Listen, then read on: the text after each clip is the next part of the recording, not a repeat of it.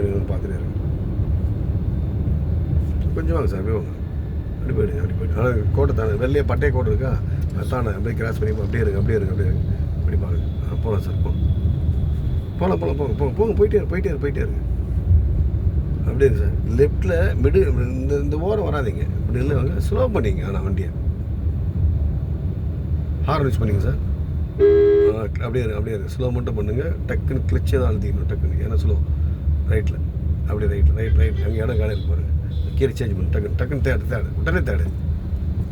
சரி, ஓகே. அப்படியே இருக்கு. அப்போ இப்போ செகண்ட் போட்டதால் வண்டி இழுத்து பிடிச்சிச்சு பார்த்தீங்களா?